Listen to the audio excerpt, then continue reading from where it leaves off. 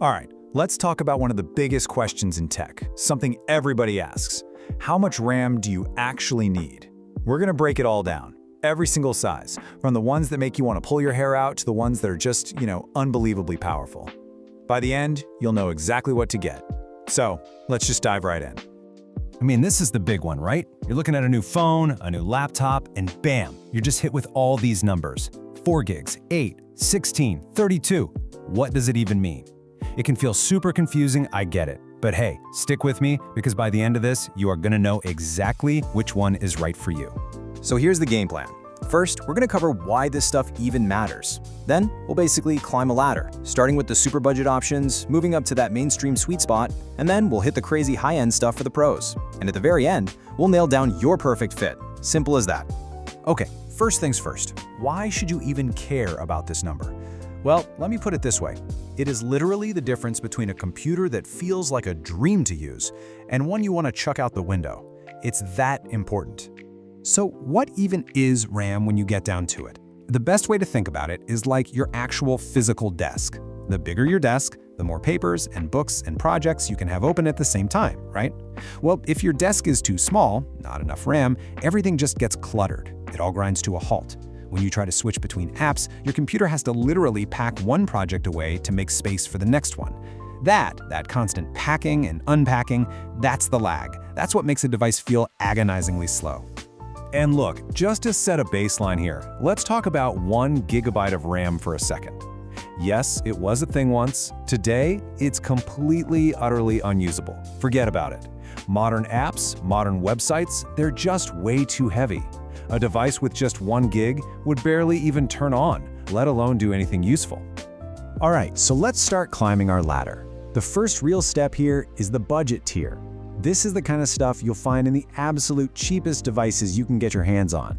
And here you can see the difference between extremely limited and just usable. With 2 gigs, oh man, you're basically stuck doing one single thing at a time. And even that's gonna feel laggy. Now, bumping up to 4 gigs, okay, you get a little bit of breathing room for super basic stuff. But trust me, the second you open more than a couple of browser tabs, you're gonna feel that thing start to chug and slow right down. And here's the real kicker.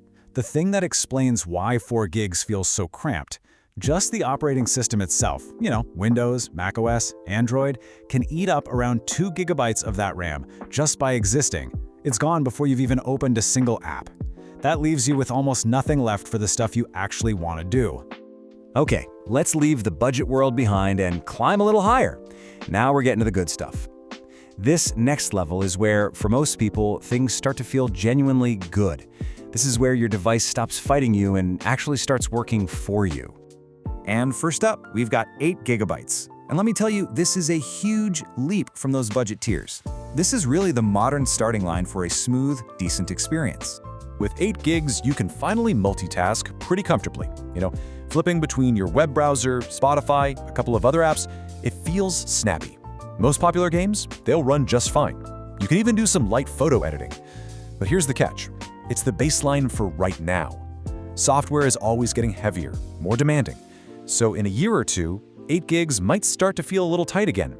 And that brings us to the next big step up. And here we are. We've arrived at what is, for a whole lot of people, the perfect destination: 16 gigabytes. Honestly, if you take away one single thing from this, let it be this. 16 gigs is widely considered the sweet spot today. If you want that perfect balance of cost, performance, and just not having to worry about it for a few years, this is almost always the answer. So, what makes it the sweet spot? Well, pretty much because it just handles everything you throw at it. You want to have 50 browser tabs open? Go for it. Multiple programs running at once? No problem. Demanding games while you're streaming? It won't even break a sweat. It just works. And it gives you excellent future-proofing for years down the line. All right, but what if 16 gigs isn't enough? Let's go to the very top of the ladder. Now we are entering pro territory. This is for people whose entire job is their computer. We're talking about people who push their machines to the absolute breaking point, day in and day out. See, up here, RAM isn't about general smoothness anymore. It's about enabling really specific, super heavy workloads. You jump to 32 gigs because you're doing heavy creative work like editing 4K video. You need 64 gigs if you're a professional 3D artist or you're running multiple operating systems at once and virtual machines. And 128 gigs, I mean, now you're talking about complex scientific simulations or processing just gigantic data sets. This is serious enterprise-level stuff. And hey, a really important note here, especially for all you gamers out there. That jump from 8 to 16 gigs, you'll feel that. But going past 16 or even 32, for gaming alone, it gives you pretty much zero noticeable benefit. You won't get more frames per second.